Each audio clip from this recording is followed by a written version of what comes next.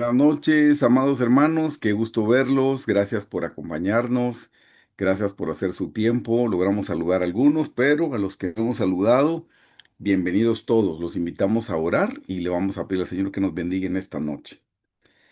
Señor Jesús, te damos gracias en esta noche, Padre bendito. Gracias, Señor, por todas tus bondades, tus misericordias. Gracias, Señor, porque nos das el privilegio de conocerte en esta vida, Señor, de caminar contigo, tomados de tu mano. Gracias porque tú nos llevas por sendas, por montes, por valles, pero tú siempre estás con nosotros, Señor. No importa lo que estemos viviendo, lo importante es que el acercarnos a ti es el bien, Señor. Y gracias porque tú nos has acercado, Señor. Bendito seas por siempre, Jesús. Gracias te damos, Señor, porque nos permites tener un estudio bíblico en línea. Gracias por la tecnología. Gracias, Señor, por tu palabra. Gracias, Señor Jesús, porque nos permites tener el candelero encendido en nuestras vidas, Señor, para que podamos conocerte, amarte, servirte y entregarnos más a ti. Damos gracias por la luz de tu palabra que nos alumbra, Señor. Te pedimos que esa luz nos ilumine el camino para que podamos llegar y entrar a la tierra que fluye leche y miel. Gracias, Señor Jesús, por tu palabra. Gracias por los 66 adornos del candelero, que son los 66 libros que tenemos en nuestra Biblia. Santificado sea tu nombre. En esta noche, Señor, estamos dispuestos a estudiar tu palabra. Queremos estudiar el pasaje, Señor Jesús, cuando Nicodemo se acercó a ti y la lección que hay para nosotros hoy, Señor. Señor, te pedimos que abras nuestra mente, nuestro corazón, que tu palabra pueda entrar y encontrar una tierra fértil que dé su fruto al ciento por uno. Te lo pedimos, Padre, en el nombre de tu Hijo Jesús. Amén. Vamos a hacer unas cositas por aquí y listos, hermanos. Y aquí estamos. Vamos a hacer una pruebita y re bien. Queridos hermanos, el tema que estamos estudiando es la vida del Señor Jesús en los cuatro evangelios. Vamos ya por la lección 14, hermanos, y hoy nos corresponde estudiar cuando Nicodemo visita al Señor Jesús. Ahí vamos a encontrar una lección que podemos aplicar nosotros hoy. En esta noche está basado únicamente en este libro que se los he mencionado. Estos son los códigos QR para las personas que quieran pertenecer a las comunidades. El de los estudios bíblicos por Zoom, la, la diferencia es que en esa comunidad les envío el material en PDF y algunos otros materiales que les sirven en su crecimiento espiritual. Y el segundo es el de los libros de la doctora Hicks, que enviamos los libros por partes. Este es el enfoque de esta enseñanza, hermanos. Es Jesús nos enseña cómo debemos entrar al reino de los cielos. Hoy vamos a mencionar qué es eso del reino de los cielos, hermanos. Quiero decirles que no todas las personas saben, no todas las personas saben, hermanos, qué es el reino de los cielos. No todas las personas lo saben. Con la ayuda del Señor, yo les voy a compartir lo que he aprendido de las personas que me han enseñado. El versículo principal, hermanos, es Juan 3:5, que dice: respondió Jesús, de cierto te digo, que el que no naciere de agua y del Espíritu, no puede entrar en el reino de Dios. Vamos a estudiar qué es eso del agua y qué es eso del Espíritu que el Jesús le dijo a Nicodemo. Vamos a estudiar de corrido, vamos a leer de corrido el pasaje y luego lo estudiamos por partes. Perdón, Juan 3 del 1 al 7 dice: había un hombre de los fariseos que se llamaba Nicodemo, el cual era un principal entre los judíos. Este vino a Jesús de noche y le dijo: Rabí, sabemos que has venido de Dios como maestro, porque nadie puede hacer estas señales que tú haces si no está Dios con él. Lo vamos a ver más adelante en detalle, pero para que sepan que los fariseos, hermanos, sí sabían quién era el Señor Jesús. Eso no fue sorpresa, no fue duda, no fue incredulidad. Aquí hay un fariseo que se lo está diciendo.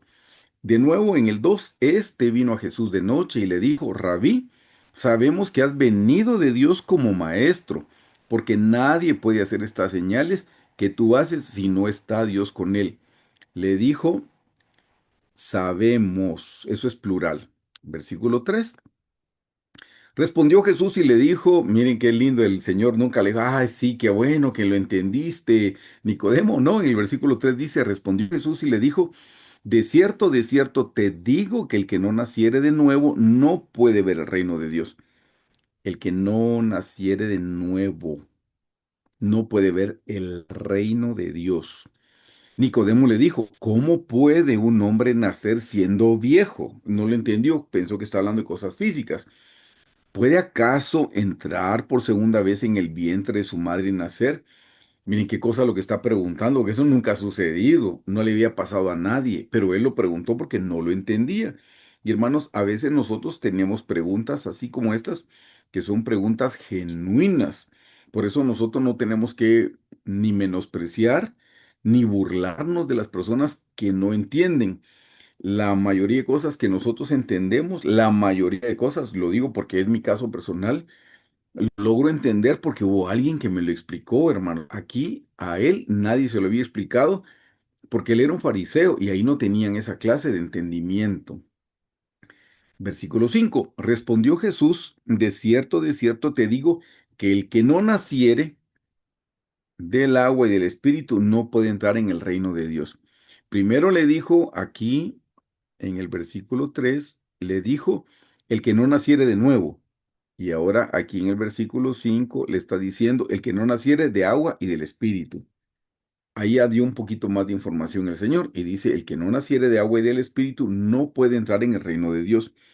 Lo que es nacido de la carne, carne es, y lo que es nacido del espíritu, espíritu es. Seguimos en el versículo 8 al 16. El viento sopla de donde quiere y oyes su sonido, mas ni sabes de dónde viene ni a dónde va. Miren lo que dice, así es todo aquel que es nacido del Espíritu. Respondió Nicodemo y dijo, ¿cómo puede hacerse esto? Respondió Jesús y le dijo, ¿eres tú maestro? Eso eran los fariseos. ¿Eres tú maestro Israel y no sabes esto?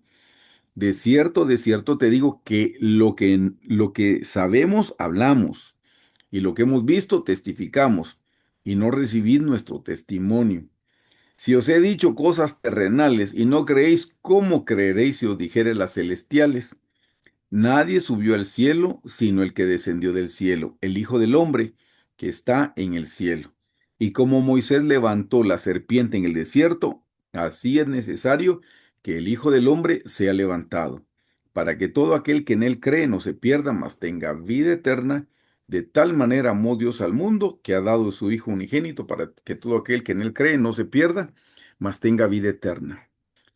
Vamos a estudiar, hermanos, para empezar, quiénes eran los fariseos. Eso es importantísimo. Cuando estudiemos, no piensen en ninguna persona. Pensemos que nosotros tenemos algo de fariseo en nuestros corazones. Por eso me voy a detener a estudiar quiénes eran los fariseos, porque muchas veces nosotros podemos tener las actitudes que tenían los fariseos. Empecemos por el versículo 1 del capítulo 3. Había un hombre de los fariseos que se llamaba Nicodemo, un principal entre los judíos. Este era alguien importante en esta cultura y era fariseo, hermanos. Entonces, estudiemos quiénes son los fariseos. Lo vamos a estudiar aquí. Los fariseos, dice, era el grupo religioso más influyente en el tiempo, en los tiempos, en tiempos de Jesús. Eran los religiosos más importantes. Piensen quiénes son los religiosos más importantes de nuestra época en el año 2026. ¿Quiénes son los religiosos más influyentes, más importantes? Yo pensaría tal vez los que se llaman o a los que les llaman apóstoles. Yo no voy a entrar a discutir si existen o no existen, ese no es el tema. Estamos hablando quiénes serían importantes. Los pastores de las iglesias grandes serían importantes. Los apóstoles, ellos serían importantes. Los profetas de nuestro tiempo, ellos son importantes. Tal vez a los maestros no les dan tanta importancia ni a los evangelistas.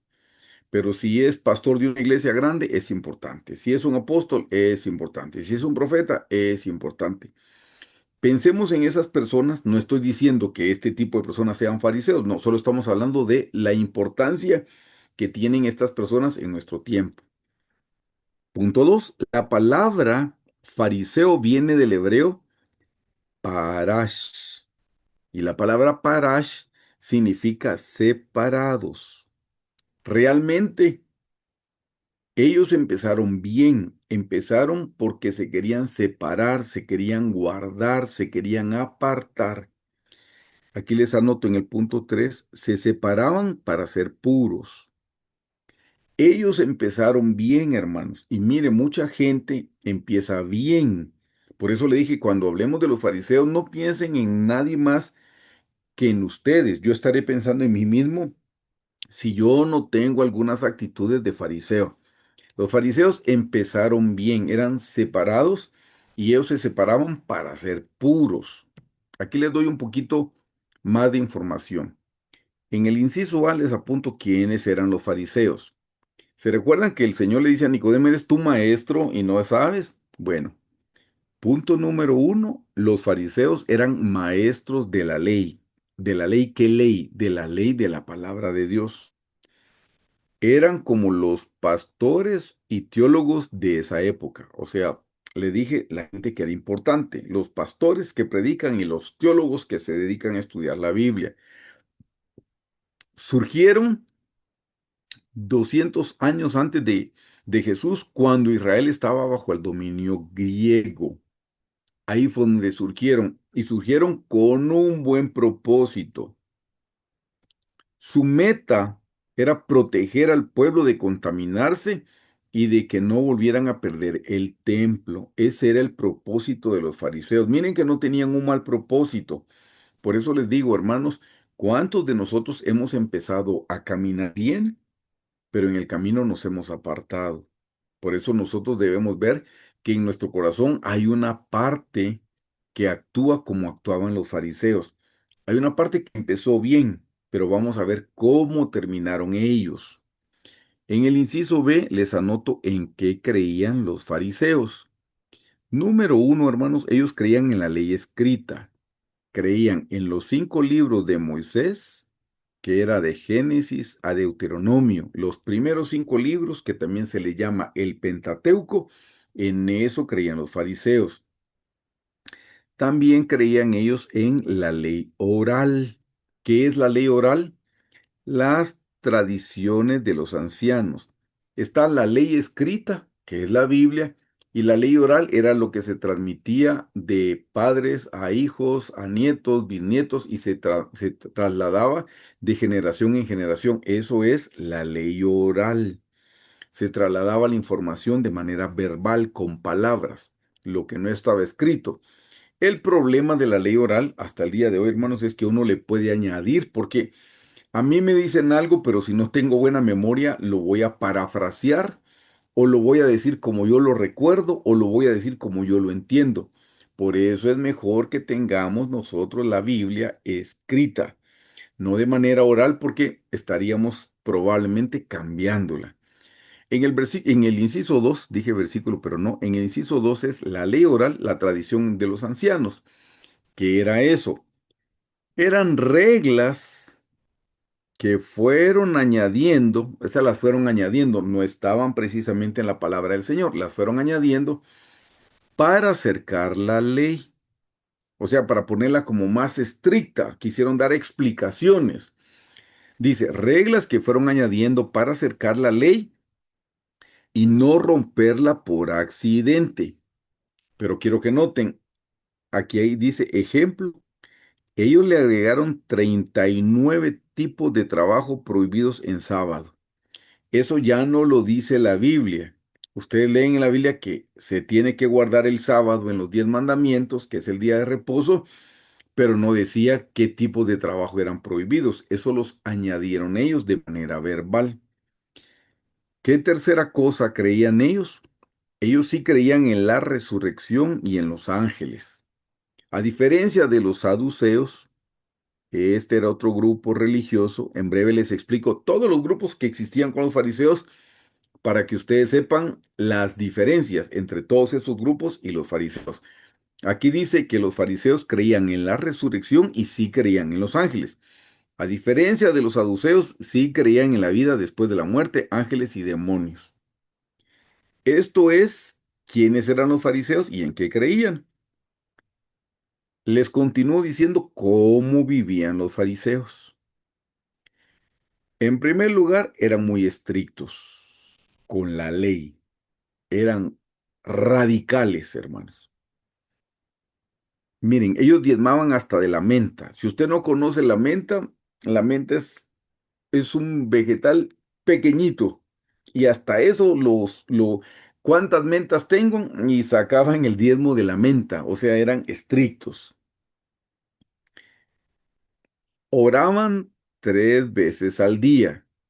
Ayunaban 2 veces por semana.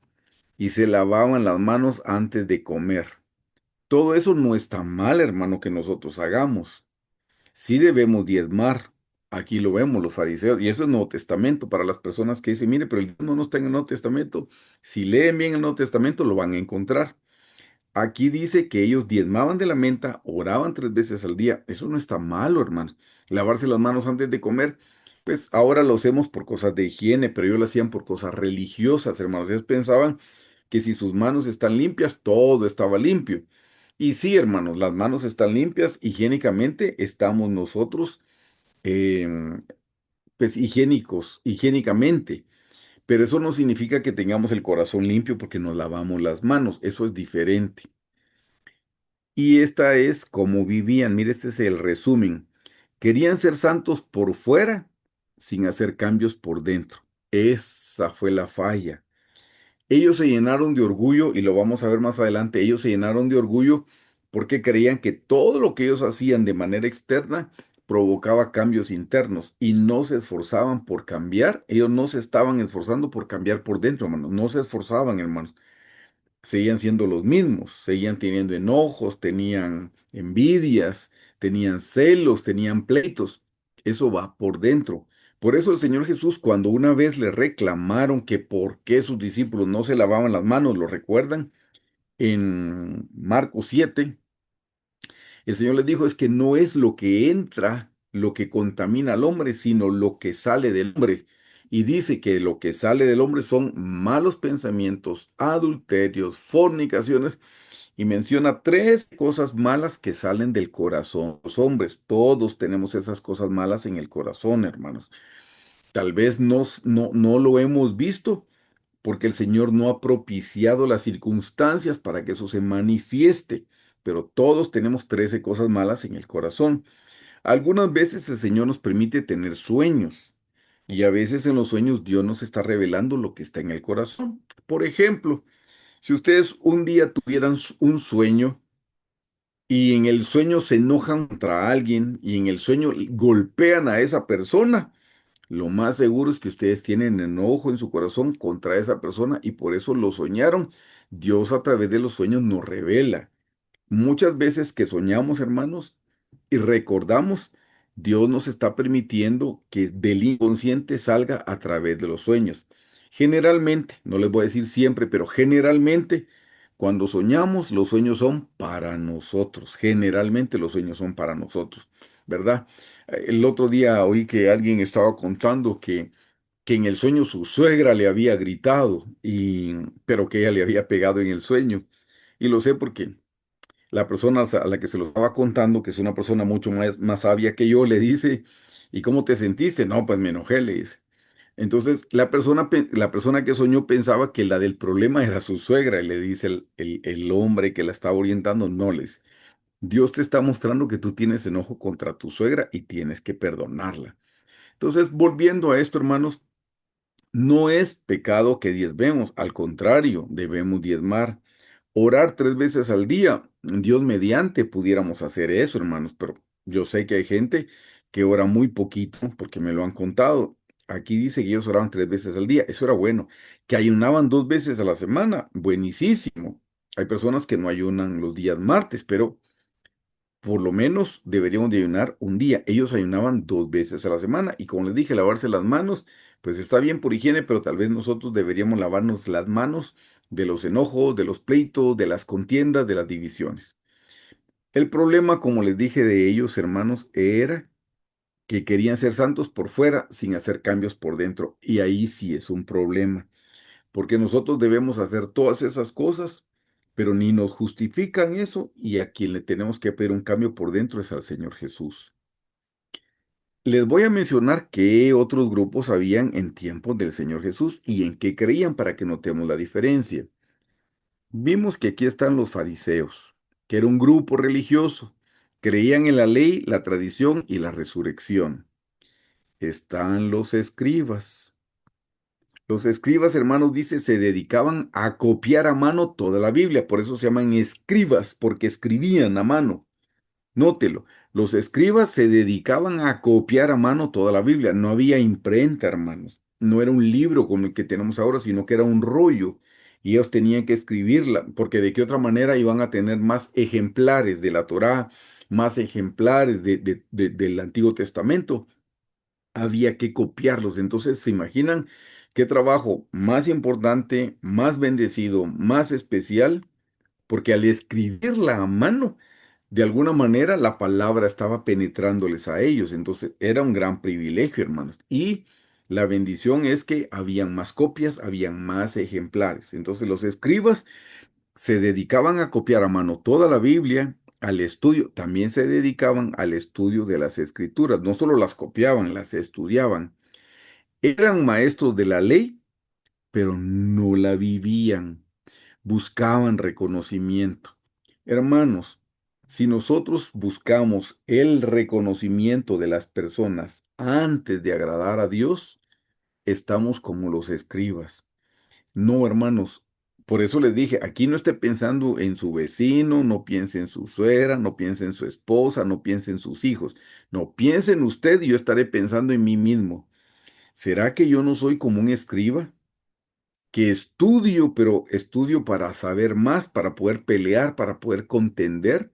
¿O de verdad estoy estudiando para conocer la Biblia porque la amo y la quiero practicar? ¿Cuál es la razón por la que yo estudio la Biblia? Ellos la escribían porque ese era su oficio, la estudiaban, pero no la estaban viviendo. Hermanos, si nosotros recibimos la palabra del Señor y no la vivimos, ¿qué dice Santiago? Que somos oidores olvidadizos. Se lo voy a decir en guatemalteco.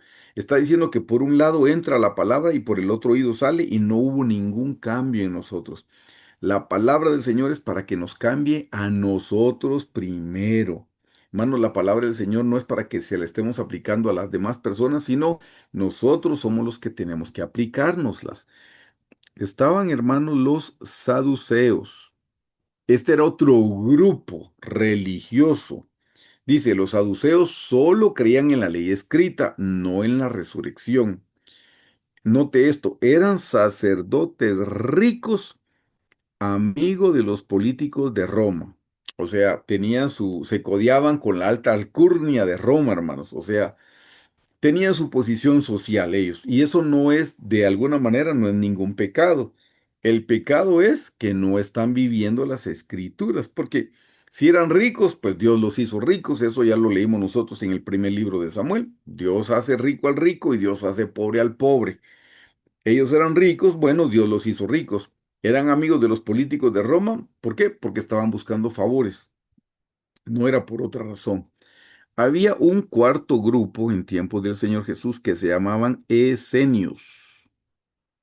Estos eran más estrictos todavía que los fariseos. Los esenios solo creían en la ley escrita, igual que los saduceos.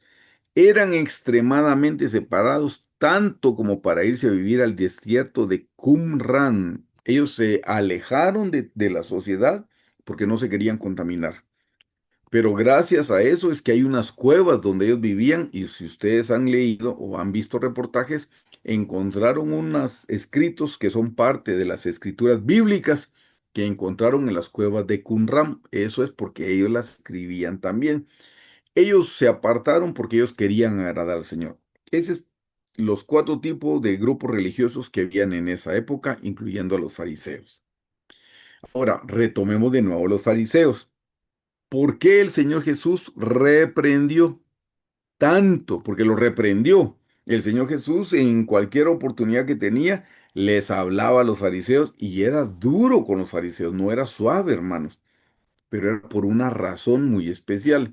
Vi que Nicodemo le dijo, sabemos que has venido de Dios. Ah, entonces no era que no supieran, no era desconocimiento, no era ignorancia, no, sí sabían, pero ellos tenían las intenciones en su corazón.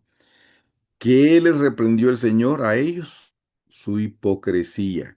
Hermanos, ya les digo de nuevo, piensen si nosotros no tenemos eso en nuestro corazón. Mateo 23:27 dice, ay de vosotros, escribas y fariseos. ¿Qué les dice? Hipócritas, porque sois semejantes a sepulcros blanqueados. Está hablando de tumbas, sepulcros blanqueados que por fuera a la verdad se muestran hermosos, más por dentro están llenos de huesos muertos y de toda inmundicia. Dice, ustedes por fuera se ven hermosos, por fuera se ven lindos, se ven espirituales, pero por dentro solo tienen podredumbre. Por dentro están llenos de suciedad, por dentro están llenos de pecado. Hermanos, las apariencias no nos ayudan espiritualmente. Mucha gente aparenta ser cristiano, como los fariseos. Entonces pensemos si nosotros no estamos en esa condición. ¿Qué tan genuinos somos nosotros? ¿Somos lo mismo cuando estamos en la iglesia el día domingo de lo que somos cuando estamos en casa? Porque ahí en casa es donde nos conocen. Para los casados, nuestra esposa o esposo, los hijos son los que nos conocen tal y como somos. ¿Estamos dando realmente testimonio? ¿Estamos viviendo el evangelio en casa? Eso es lo más importante. Creo que Charles Spurgeon dijo una vez, no quiero oír que ningún hombre esté predicando si no sabe tratar bien a su esposa. Y eso descalifica a mucha gente. Dijo, no quiero saber que un hombre está predicando si no trata bien a su esposa, porque ahí es lo más importante. Eso es lo que el Señor nos pide. Así es que, hermanos, analicemos y pidámosle al Señor que nos escudriñe si no hay en nosotros un poquito de fariseos, un poquito de hipocresía, que nos comportamos de manera diferente cuando estamos delante del pastor, delante de los hermanos, y ya cuando llegamos a la casa volvemos a ser los mismos de toda la vida. No, hermanos, integridad es que seamos lo mismo cuando hay gente que cuando no hay gente. Eso es. Aquí dice que guardaban la forma, pero no tenían amor. Eso es importante, hermanos. No tenían amor para Dios y no tenían amor para el prójimo tampoco. Era solo apariencia. Y las apariencias no nos van a hacer entrar, las apariencias no nos van a hacer entrar al reino de los cielos, hermanos. Perdón, estoy tratando de mover, ahí está. Y si ve, añadieron, mire lo que hicieron, ¿por qué lo reprendía el Señor a ellos? Porque añadieron carga a la gente. Añadieron una carga pesada que ni ellos podían llevar. Mateo 23:4 dice, porque atan cargas pesadas y difíciles de llevar y las ponen sobre los hombros de los hombres, de las demás personas, pero ellos ni con un dedo quieren moverlas. Hermanos, le imponían a la gente cargas pesadas que ellos no cumplían. Yo tuve la oportunidad de conocer gente que guardaba, por ejemplo, el día sábado y me dijo una vez, es difícil guardar el día sábado, dijo. Si sacamos una ropa que nos vamos a poner y esa ropa no nos gusta, ya no la podemos regresar, porque nosotros ya sacamos esa ropa, me dijo, y nos tenemos que poner la ropa. Si por error sacamos una ropa y no era la que nos queríamos poner, ya no la vamos a regresar porque sería que estamos trabajando de más en el día de reposo. La persona que me lo contó me decía, ya le han agregado, pero él era de esta religión y me dice, eso es algo difícil, me dijo. Con todo respeto, me dijo, yo no sé por qué los gentiles si quieren judaizar, si el judaísmo es algo difícil y complicado, aún para nosotros, que nacimos en esa cultura, cuánto más para el que no ha nacido ahí, me dijo. Son demasiadas reglas, son demasiado estrictos si queremos llevar bien la religión. ¿Por qué ellos añadieron carga a la gente? Dice. Ahora, Hermanos, ¿cómo estamos nosotros? Porque les dije que esto es para que nosotros nos veamos, no estemos hablando de los judíos, no. ¿Cómo estamos nosotros? ¿Le estamos imponiendo cargas nosotros, tal vez los casados a nuestra esposa o a nuestros hijos? Cargas que ni nosotros podemos llevar, que ni nosotros podemos cumplir. Conocí hace mucho tiempo a alguien que ponía a su familia a dieta para que bajaran de peso, pero era muy estricto y los golpeaba cuando no cumplían con las dietas. Al fin una vez me animé a decirle, mira, pero ¿por qué les pones eso si tú no has sido capaz de bajar una onza, no has podido bajar? No has hecho dieta, ¿por qué le pedís eso a tus hijos y a tus sobrinos haciendo eso? Esto es demasiado. Eso es llevar una carga. Veamos, hermanos, si nosotros no le estamos poniendo una carga pesada a nuestros hijos, a nuestra familia, a la gente cercana, una carga que ni nosotros podemos llevar. Aquí viene una explicación. Dice, convirtieron la relación con Dios en una lista de 613 reglas imposibles. Fíjense que los 10 mandamientos, los borro aquí para no confundir. Hermanos, los 10 mandamientos, ustedes han oído que hay 613 preceptos. ¿Cuántas reglas sacaron de los 10 mandamientos? O sea, ni proporción hay, porque de 10 a 20 sería el doble, ¿verdad? De 10 a 30 sería el triple. No, no, de 10 a 613 no hay ni comparación, hermanos. De los 10 mandamientos, pasaron a 613 submandamientos, 613 preceptos, 613 mini leyes, si ustedes lo quieren decir así. Le pusieron una carga pesada a la gente que ellos no podían cumplir. Hermanos, analicemos si nosotros no estamos haciendo exactamente lo mismo con la gente que tenemos cerca. Miren, este fue el problema mayor de los fariseos. Ellos tenían orgullo y el problema es que se creían mejor que los demás. Ese fue su problema. Pensaban que cumplían con la ley. No, la Biblia dice que para cumplir con la ley hay que cumplir con todo. Porque digamos, yo cumplo con 9 mandamientos, que no es cierto, pero pensemos que sí, y no cumplo con uno, es como que no hubiera cumplido con nada. Es todo o nada, es un absoluto. Hermanos, no hay nadie que lo pueda cumplir, solo el Señor Jesús. Pero el fariseo se llenaba de orgullo porque creía que cumplía con toda la ley y se justificaba. Saben que la ley no fue para salvar a ninguno. Si la ley hubiera sido para salvar, por gusto vino el Señor Jesús. La ley fue dada para... Ay, permítame, hice algo mal ahí, perdón. La ley fue dada, hermanos, para señalar el pecado, para señalar el pecado. Para eso fue dada la ley. Antes de la ley no se sabía que estaba bien, que estaba mal. La ley señala el pecado, uno, y señala a Jesús, que es el Redentor. Señala a Jesús, que es el Salvador. Para eso servía la ley, para saber que yo soy pecador y necesito a Cristo. Para eso servía la ley. En Gálatas dice que la ley servía como un ayo. La palabra ayo es un tutor, un instructor. Nos señala que yo estoy mal y me señala quién me puede limpiar. Para eso era la ley. Nadie se podía justificar. Leamos ese pasaje aquí. Estamos en Lucas 18 del 11 al 12. El fariseo puesto en pie oraba consigo mismo. Miren qué lindo cómo oraba él. Puesto en pie, no se arrodilló, estaba de pie orando.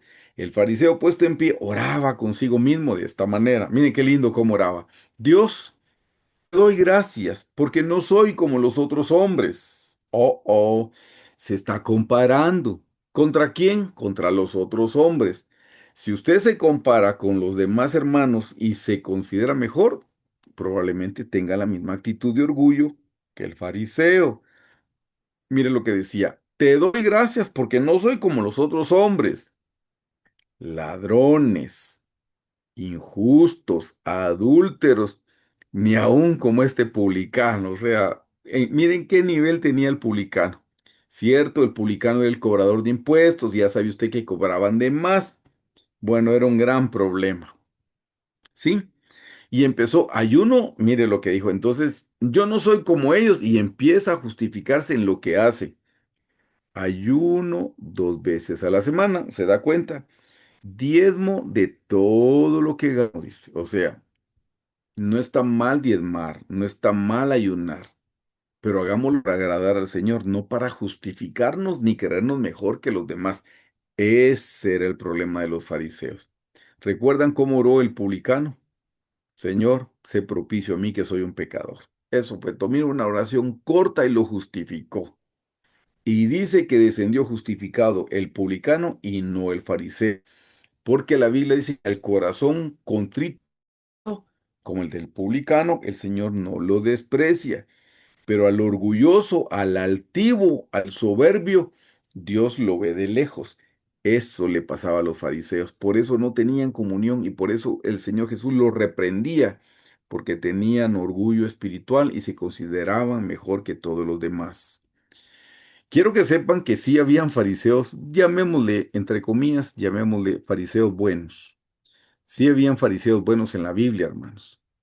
Estaba Nicodemo, ¿verdad? En Juan 3, que es que estamos estudiando, que vino de noche para hablar con el Señor Jesús.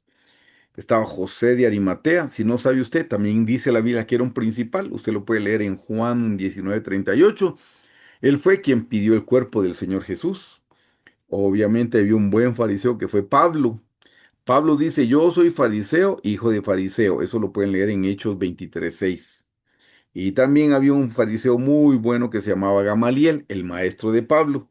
En Hechos 5:34, él defendió a los apóstoles. Entonces, sí habían fariseos buenos, hermanos, no todos los fariseos eran malos, ¿verdad?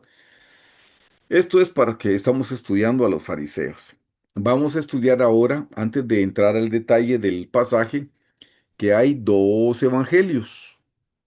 El evangelio de salvación es el número uno, y el número dos es lo que se llama el evangelio del reino de los cielos. Generalmente la mayoría de personas conocen el Evangelio de salvación, pero no conocen el Evangelio del reino de los cielos. Aquí les anoté el primero y aquí les estoy anotando el segundo.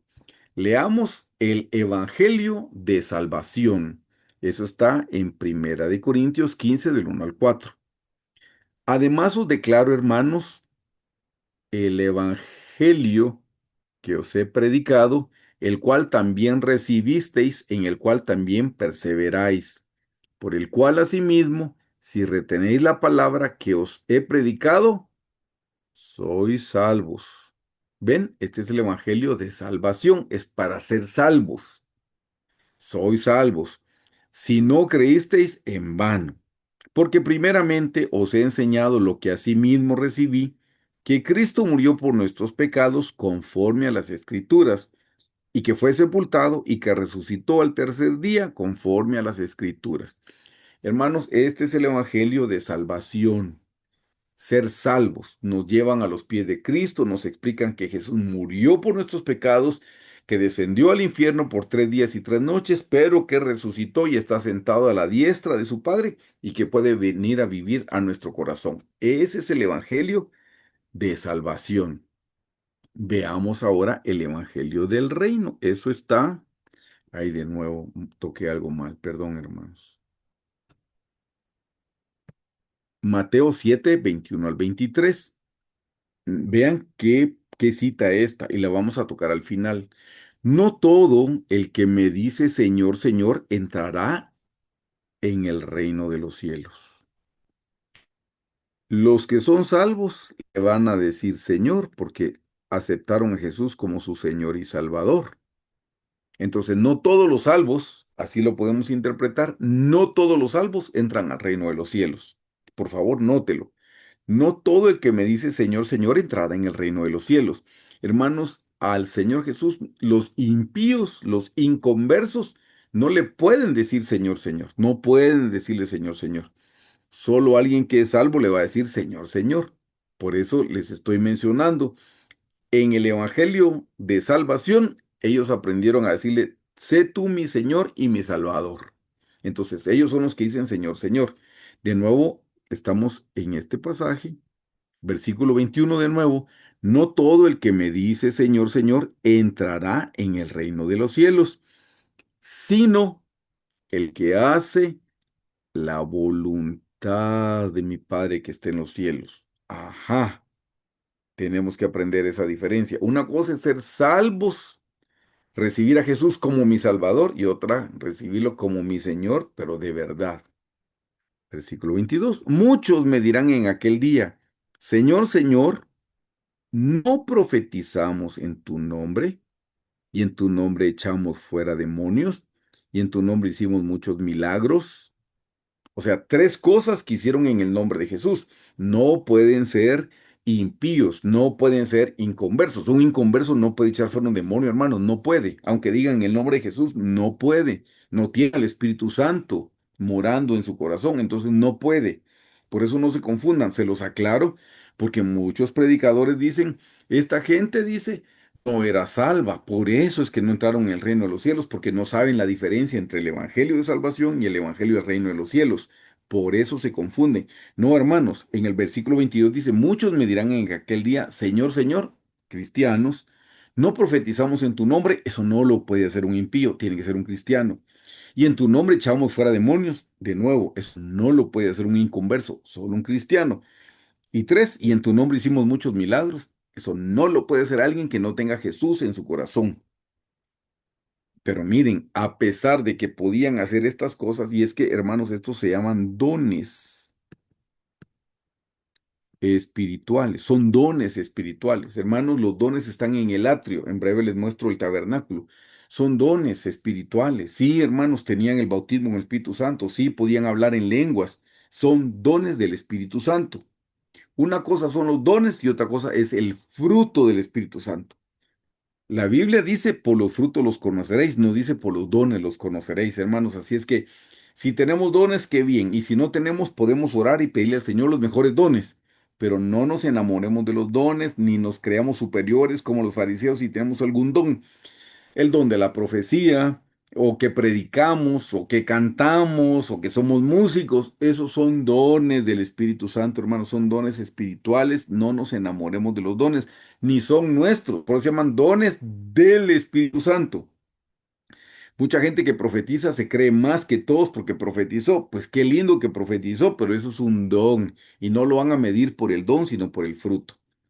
Y en el versículo 23, miren cómo termina este pasaje. A pesar de todo lo que hacían en el nombre de Jesús, y claro, noten, muchos me dirán aquel día, Señor, Señor, ¿no profetizamos en tu nombre? Y en tu nombre, y en tu nombre. Tres veces dicen tu nombre, todo lo hacían en el nombre. El que tiene el poder para profetizar es el nombre de Jesús. El que tiene el poder para echar fuera a los demonios es en el nombre de Jesús. Y los milagros son en el nombre de Jesús. Por eso eran cristianos, usaban el nombre. Y es el nombre el que tiene todo poder. Pero las personas no. Versículo 23. Y entonces les declararé, nunca os conocí. Apartados de mí, hacedores de maldad. Pero si eran cristianos, porque dice que no los conoció, ¿cómo no los va a conocer? Ah, es que ustedes saben que la palabra conocer significa tener una relación. Eso significa conocer, tener una relación. Entonces, esta gente podía fluir en los dones, pero no tenía una relación de amor con el Señor Jesús. Aquí en el tabernáculo les explico dónde están los dos evangelios. Está número uno, el evangelio de salvación y número dos, el evangelio del reino de los cielos. Aquí pueden ver ustedes, hermanos, aquí es donde está el evangelio de salvación. Sí, hermanos, porque en ese altar es donde encontramos la sangre del Señor Jesús y ahí está la salvación. Ese es el evangelio de salvación, es solo hablar de la salvación. Eso es todo.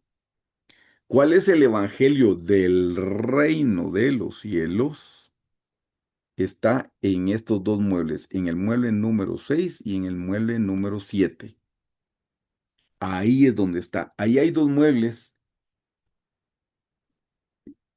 Está el mueble número 7 y el mueble número 6. El 6 representa al hombre y el 7 representa al Señor Jesús. Porque el número 7 es un número perfecto. ¿Por qué les puse esos triangulitos? Porque si ustedes se fijan bien, la estrella de David son dos triángulos entrelazados. Ahí hay una relación. ¿Ven que hay una relación que el Señor Jesús quiere que tengamos los seres humanos, los cristianos, los creyentes con Él. Pero hermanos, ¿cómo se obtiene esa relación? Obviamente es empezando por el atrio con la salvación. Luego de la salvación, el bautismo en el Espíritu Santo. Luego en este mundo, el bautismo en agua. Y con eso completamos el atrio. Aquí está el atrio, hermanos. Con eso completamos el atrio. Pero ¿qué más falta? Falta que oremos. No podemos tener una relación de amor con Jesús si no oramos. Que estudiemos la Biblia. No podemos tener una relación de amor con el Señor Jesús si no estudiamos la Biblia. ¿Qué más falta? Que pongamos por obra la palabra de Dios. Hermanos, sin poner por obra la palabra de Dios no podemos tener una relación con el Señor Jesús. Cuando hagamos eso, cuando estemos orando, estemos estudiando la Biblia, estemos practicando su palabra, entonces tenemos una relación. Por eso aquí les dice, no, nunca, nunca os conocí, dice. La palabra conocer, ya sabe usted que significa tener una relación. Por eso le dicen, nunca los conocí. Sí, porque se quedaron en el atrio. Ahí se quedaron, no crecieron espiritualmente, ya no aumentaron su crecimiento con la oración, el estudio de la palabra, poner por obra la palabra. No, eso ya no lo hicieron. Ven la diferencia, hermanos. Por eso es que dice, no todo el que me dice Señor, Señor, déjeme que borre aquí para no confundirlos. Aquí les anoto. Con todo el respeto de las personas que tienen dones espirituales, los dones espirituales, hermanos, están en el atrio. Ahí están los dones espirituales.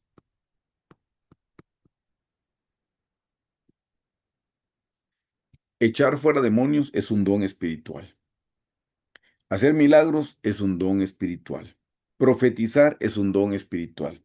Desafortunadamente, la iglesia moderna, cuando alguien tiene un don de profecía, perdone que se lo digo, casi le ponen una vela, hermanos, a la persona porque creen que es una persona santa. No, eso está en el atrio. Y no estamos menospreciando los dones porque son del Espíritu Santo, pero son del Espíritu, no de nosotros. Eso no nos da crecimiento espiritual. El crecimiento nos lo da si estamos orando, estudiando la Biblia, practicándola. Entonces aquí es donde nosotros tenemos una relación de amor con el Señor Jesús, donde tenemos esa obediencia. Por eso de nuevo regresamos aquí. Déjeme que le borre todo, porque hay mucho que hablar de esto. Déjeme que se lo borre aquí todo. Aquí vamos y listo. Por favor, leamos aquí, donde les estoy marcando. Mateo 7, 21, 23. No todo el que me dice Señor, Señor entrará en el reino de los cielos, sino el que hace la voluntad de mi Padre que está en los cielos. En medio versículo le digo cómo nosotros sí podemos entrar al reino de los cielos. Aquí está el reino de los cielos. Aquí está el reino. Si hace la voluntad de mi Padre. Hermanos, ¿cómo voy a hacer la voluntad de Dios si yo no oro?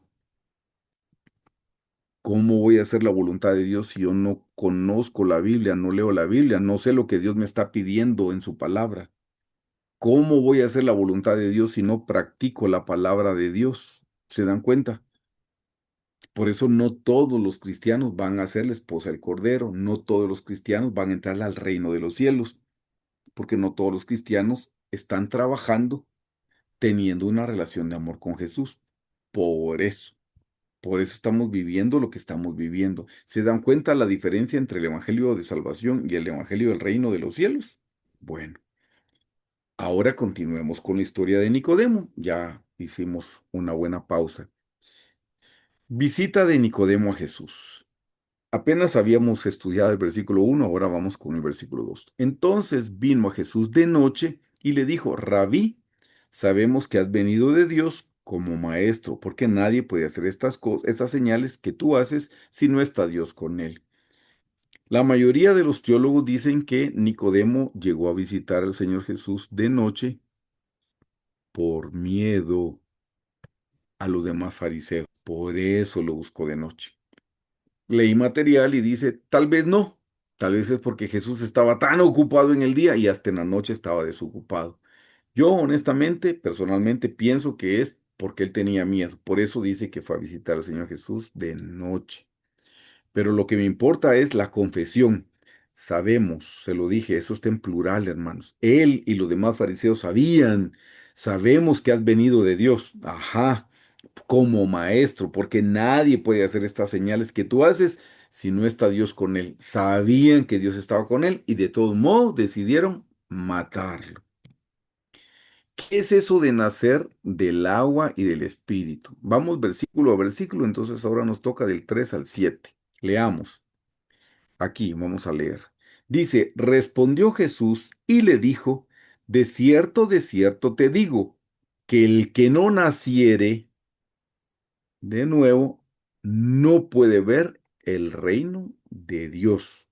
Nicodemo le dijo, ¿cómo puede un hombre nacer siendo viejo?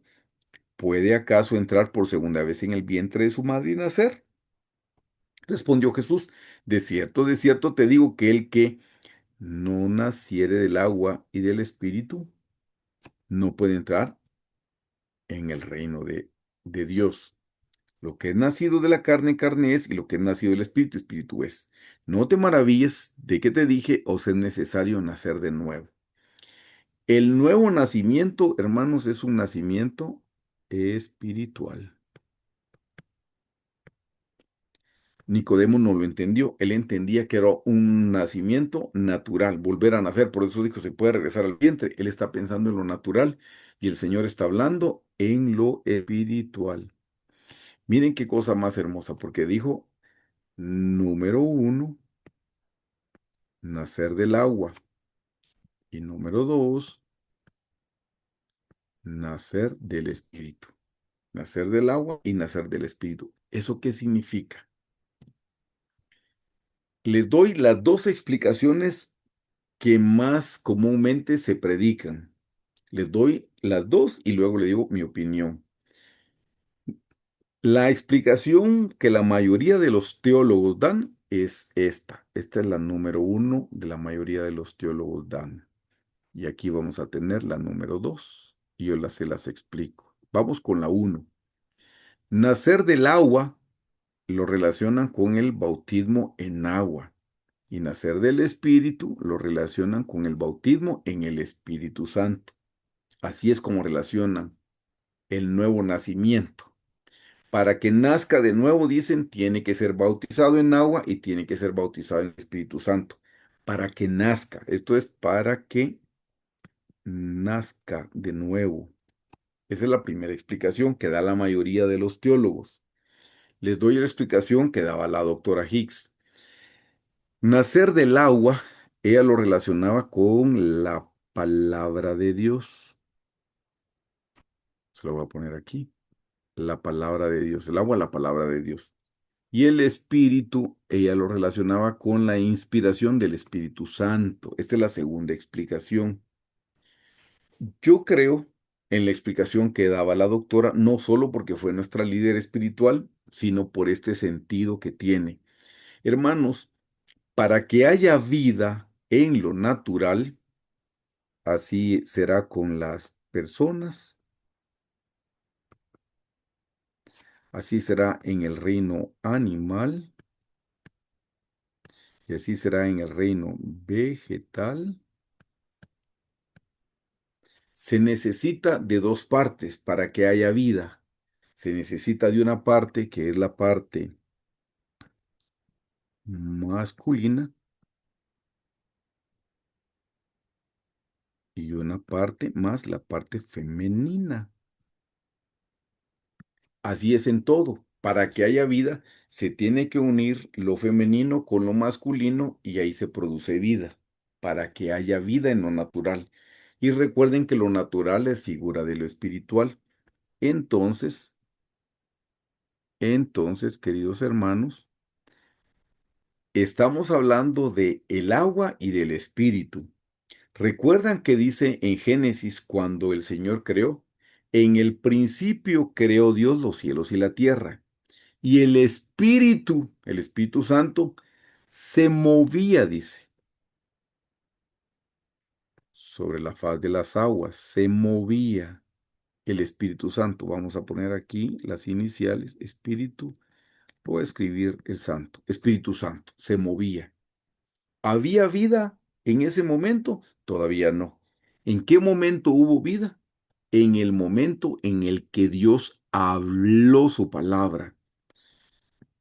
Y habló su palabra y su palabra entró en el Espíritu.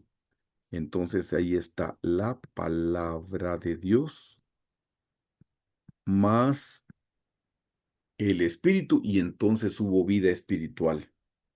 La doctora explicaba, en lo natural se necesita de lo masculino y lo femenino para que al unirse haya vida. Así es en el reino, en los seres humanos, en el reino animal, en el reino vegetal, es así.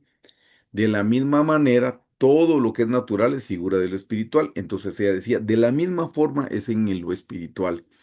El Espíritu de Dios se movía y ella dice, para que sepan ustedes, el Espíritu Santo hace las veces de la parte femenina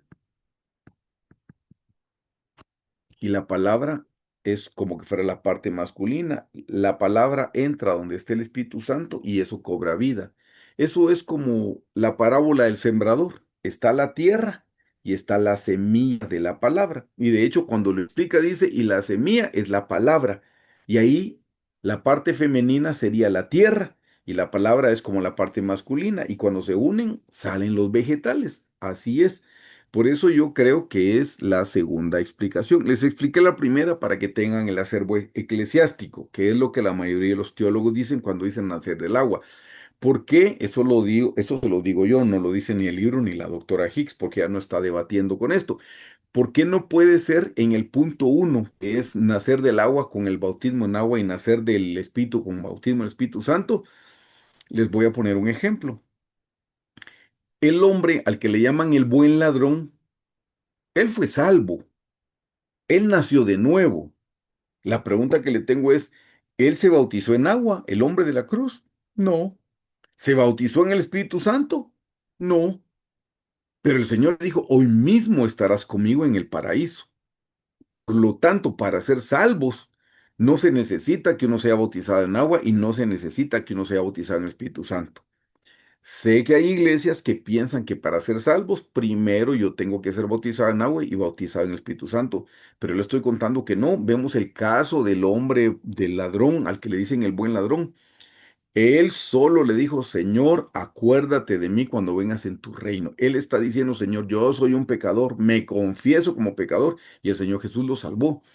No levantó la mano porque está crucificado, no se hincó porque no podía, no asistió a nuestra iglesia en Guatemala. No, estando en la cruz dijo, acuérdate de mí cuando vengas en tu reino. Él dijo, yo reconozco que soy un pecador, sálvame. Y el Señor lo salvó. Por eso, hermanos, para ser salvos no se necesita el bautismo en agua ni el bautismo del Espíritu Santo. El bautismo en agua y el bautismo del Espíritu Santo se necesita para crecer espiritualmente, para completar el atrio. Para eso es, hermanos, para completar el atrio. Déjeme que le borre todo aquí y le digo, hermanos, esto que está aquí es el atrio. Atrio. Aquí está la salvación. En este mueble está el bautismo en agua. Y el fuego que está aquí representa el bautismo en el Espíritu Santo. Esas son las tres experiencias. Pero para la salvación solo necesito la sangre. No necesito el fuego para ser salvo. No necesito. El fuego me purifica, pero primero fui salvo. Así es que se dan cuenta, hermanos. Por eso les puse qué significa que se deben hacer del agua y del Espíritu. Del agua, la palabra y el Espíritu Santo. Esa es la manera como nosotros nacemos. Espero haberlo podido explicar. Nacido del Espíritu Santo. Aquí está, mire, aquí está la palabra de Dios y aquí está el Espíritu Santo. Cuando se une lo masculino más lo femenino, hay vida en lo natural y así es en lo espiritual también. Leemos aquí lo que dice en el versículo 8 al 13. El viento sopla de donde quiere y oye su sonido, mas ni sabes de dónde viene ni a dónde va. Así es todo aquel que es nacido del Espíritu. Respondió Nicodemo y dijo, ¿cómo puede hacerse esto? Respondió Jesús y le dijo, ¿eres tú maestro de Israel y no lo sabes? De cierto, que lo que sabemos, te digo que lo que sabemos y hablamos y lo que hemos visto testificamos y no recibid nuestro testimonio. Si os he dicho cosas terrenales y no creéis, ¿cómo creéis si os dijere las celestiales? Nadie subió al cielo sino el que descendió del cielo, el Hijo del Hombre que está en el cielo. Hermanos, cuando está hablando en el versículo 8, el viento sopla de donde quiere y oye su sonido, mas ni sabe de dónde viene ni a dónde va. Así es todo aquel que es nacido del Espíritu. Está diciendo, hermanos, que es el Espíritu Santo el que nos da vida. Y también cuando habla de que el viento va, habla que debemos ser guiados por el Espíritu Santo, hermanos. Tenemos que ser guiados por el Espíritu Santo. El Espíritu Santo es el que nos conduce a toda verdad. Está la palabra y el Espíritu Santo nos conduce a la palabra, porque dice nos conduce a toda verdad y la palabra de Dios es la verdad. Así es que, hermanos, estamos entendiendo qué significa eso de ser nacidos de nuevo, nacidos del Espíritu Santo. Quiero que leamos esto que está en la parte de lo que el Señor Jesús le dice a Nicodemo, Juan 3, 14 al 16. Y como Moisés levantó la serpiente en el desierto, así es necesario que el Hijo del Hombre sea levantado, para que todo aquel que en él cree no se pierda, mas tenga vida eterna. Recuerdan, hermanos, que el pueblo de Israel en el Antiguo Testamento murmuró en contra de los líderes, realmente murmuraron en contra de Dios, de su soberanía, de su gobierno. Y entonces vino Dios y quitó su mano de restricción y entraron las serpientes al campamento y empezaron a morder a los israelitas. Los israelitas empezaron a morir porque las eran serpientes venenosas. Cuando Moisés clamó al Señor pidiéndole misericordia, el pueblo se lo merecía porque había murmurado en contra de Dios. Dijeron, Dios es malo, Dios no nos quiere, Dios tiene preferidos, cosas que a veces nosotros decimos. Por eso es bueno que entendamos que a veces pecamos acusando a Dios, hermanos, de injusto, de malo. A veces no lo decimos, pero cuando pensamos, Dios ya no me ama, esa es una mentira. Bueno, el pueblo murmuró en contra de Dios, Dios quitó su protección, entran las serpientes y muerden a los israelitas y se empiezan a morir. Moisés le clama al Señor, entonces viene el Señor y le dice, hazte una serpiente de bronce y ponla en un asta, en un mastil, en un tubo de bronce y levanta la serpiente. Eso está en el Antiguo Testamento. Y le dijo, toda persona que haya sido mordida por la serpiente, las serpientes animales, y miren con fe a la serpiente de bronce y será sanado de el veneno mortal que había en su cuerpo. Miren cómo hace aquí el Señor Jesús la alegoría. Dice, y como Moisés levantó la serpiente de bronce en el desierto, así es necesario, porque no había sucedido, es necesario que el Hijo del Hombre sea levantado. ¿Dónde fue levantado el Señor Jesús? Aquí en la cruz del Calvario. ¿Cómo funciona? Hermanos, ustedes y yo cuando estábamos en Cristo, habíamos sido mordidos por la serpiente del diablo. El diablo nos había envenenado. El diablo metió su veneno en nosotros y en nosotros había mortalidad. Pero cuando nosotros vemos a Jesús con fe y lo recibimos en nuestro corazón y nosotros somos salvos de ese veneno. Miren qué principio más hermoso, qué explicación más linda, hermanos, la de la serpiente del Antiguo Testamento y cómo tiene su cumplimiento en el Señor Jesús. Así como la serpiente del Antiguo Testamento fue levantada en un poste, en un tubo de bronce, el Señor Jesús fue levantado en un madero, en una cruz. Y todos los que vemos a Jesús en el Nuevo Testamento somos salvos de la mordedura de Satanás. Aquí dice que de tal manera amó Dios al mundo, todavía nos falta leer los versículos 16 al 21. Porque de tal manera amó Dios al mundo que ha dado a su Hijo unigénito para que todo aquel que en él cree no se pierda, mas tenga vida eterna. Porque no envió Dios a su Hijo al mundo para condenar al mundo, sino para que el mundo sea salvo por él. El que en él cree no es condenado. Ya ven que en el que él cree no es condenado, Pero el que no cree ya ha sido condenado, porque no ha creído en el nombre del unigénito Hijo de Dios. Y esta es la condenación, nótelo, que la luz vino al mundo y los hombres amaron más las tinieblas que la luz. Déjeme hacer una pausa. ¿Sabe por qué usted ha invitado a muchas personas a recibir a Jesús en su corazón y no lo reciben? Y usted solo dice, qué duro de corazón. ¿Sabe cuál es la razón? Porque aman más su pecado. Hay mucha gente que no quiere recibir a Jesús porque sabe que tiene que dejar el licor, tiene que dejar el adulterio, tiene que dejar el cigarrillo, tiene que dejar tanto pecado y no están dispuestos a renunciar a su pecado. Por eso mucha gente dice yo soy atea, porque es mejor pensar que no existe Dios para que no reprenda mis obras. Leámoslo de nuevo y van a ver la explicación tan linda en el versículo 19. Y esta es la condenación, que la luz vino al mundo. ¿Quién es la luz? Jesús. Que la luz vino al mundo y los hombres amaron más las tinieblas que la luz. ¿Qué es las tinieblas? El adulterio son las tinieblas, la fornicación son las tinieblas, la pornografía son las tinieblas, el alcoholismo son las tinieblas, el tabaquismo son las tinieblas, las drogas son las tinieblas. La gente ama más eso y por eso no reciben al Señor Jesús en su corazón. De nuevo de corrido, y esta es la condenación, que la luz vino al mundo y los hombres amaron más las tinieblas que la luz porque sus obras eran malas, dice. ¿Se dan cuenta que ahí están las obras? Todo lo que mencioné son obras de tinieblas. Porque todo aquel que hace lo malo aborrece la luz. Porque aman el pecado, aborrecen al Señor Jesús. Aborrece la luz y no viene la luz para que sus obras no sean reprendidas. ¿Por qué no se acercan? Porque no quieren ser reprendidos. Versículo 21. Mas el que participa la verdad viene a la luz para que sea manifiesto que sus obras son hechas en Dios. Gracias a Dios ustedes y su servidor nos hemos acercado a la luz de Cristo, pero nos tenemos que seguir acercando más para que el Señor Jesús nos siga alumbrando. Le voy a contar. ¿Por qué creen, por qué creen que mucha gente ya no ora?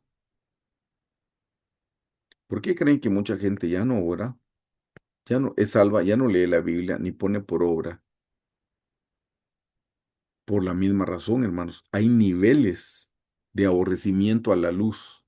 Mucha gente va a llegar al atrio, pero de ahí no quieren más. Quieren un poquito de Jesús, pero ya no quieren más. ¿Por qué? Porque eso habla de entregas. Y la gente ya no quiere hacer sus entregas, no quieren entregar, no quieren entregar las cosas malas que hacen. Saben que hay gente cristiana, pero que está eh, embriagada en el licor. Hay gente cristiana que todavía ve la pornografía. Bueno, es gente que por lo menos ya fueron salvos, pero no quisieron hacer más entregas. Hermanos, para poder crecer en nuestra vida cristiana, nosotros tenemos que hacer entregas. Siempre Dios nos va a estar pidiendo cosas. Siempre. Así como Dios le pidió a Abraham que le diera a su hijo Isaac porque lo amaba, así Dios nos va a pedir. Tal vez nos va a pedir más tiempo con Él, menos redes sociales, menos lo que quiera, menos amistades del mundo, lo que quiera. Lo que el Señor siempre va a hacer es que nos va a pedir algo, siempre va a estar pidiendo algo. Entonces, ya para ir finalizando, la parte importante, hermanos, es de tal manera amó Dios al mundo que dio a su Hijo unigénito para que todo aquel que en él cree no se pierda, mas tenga vida eterna. Nosotros también debemos creer en él, no para salvación, sino para nuestro crecimiento espiritual, para entrar en el reino de los cielos. De nuevo les puse que es el reino de los cielos y aquí les explico y retomamos el pasaje. No todo el que me dice Señor, Señor entrará en el reino de los cielos, sino el que hace la voluntad de mi Padre que esté en los cielos. Muchos me dirán en aquel día, Señor, Señor, ¿no profetizamos en tu nombre? Y en tu nombre echamos fuera demonios, y en tu nombre hicimos muchos milagros. Y entonces les declararé, nunca os conocí, apartados de mí, hacedores de maldad.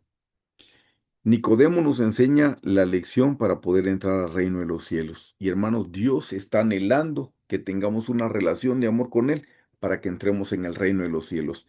En el reino de los cielos, hermanos, hay un rey y hay una reina. En el reino de los cielos es donde nos damos en casamiento con el Señor Jesús. En el reino de los cielos está el mueble número 7 y el mueble número 6. Cuando se unen, entonces nosotros estamos teniendo una dependencia absoluta del Señor Jesucristo.